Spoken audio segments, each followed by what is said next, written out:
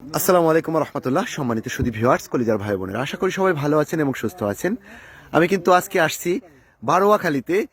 হ্যাঁ, ঢাকা জেলার নবাবগঞ্জ উপজেলার বারোয়াখালী। এখানেই কিন্তু আগামী ফেব্রুয়ারির 8 তারিখে মিজানুর রহমান আজহারি সাহেবের মাহফিল হবে। একটু কথা বলবো এই ভাইয়ের সাথে।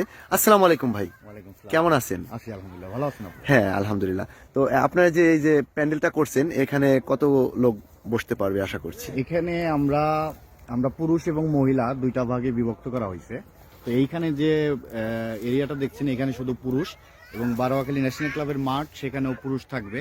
তো এখানে আমরা 12 থেকে 15 লক্ষ লোকের ব্যবস্থা করছি, এবং সেই সঙ্গে যে মহিলা যারা থাকবে তাদের জন্য আমরা আমাদের পার্শ্ববর্তী এলাকার বিভিন্ন খেলার মাঠগুলা সংযুক্ত করা হয়েছে। সেই ক্ষেত্রে আপনার করপাড়া মাঠ, দীর্ঘগ্রাম মাঠ, বারোয়াখালী স্কুল মাঠ, দড়িকান্দিতে থাকবে। তো এইগুলা হইলো মহিলাদের জন্য, আর এইখানে আপনারা যা দেখছেন এগুলো সব পুরুষের জন্য।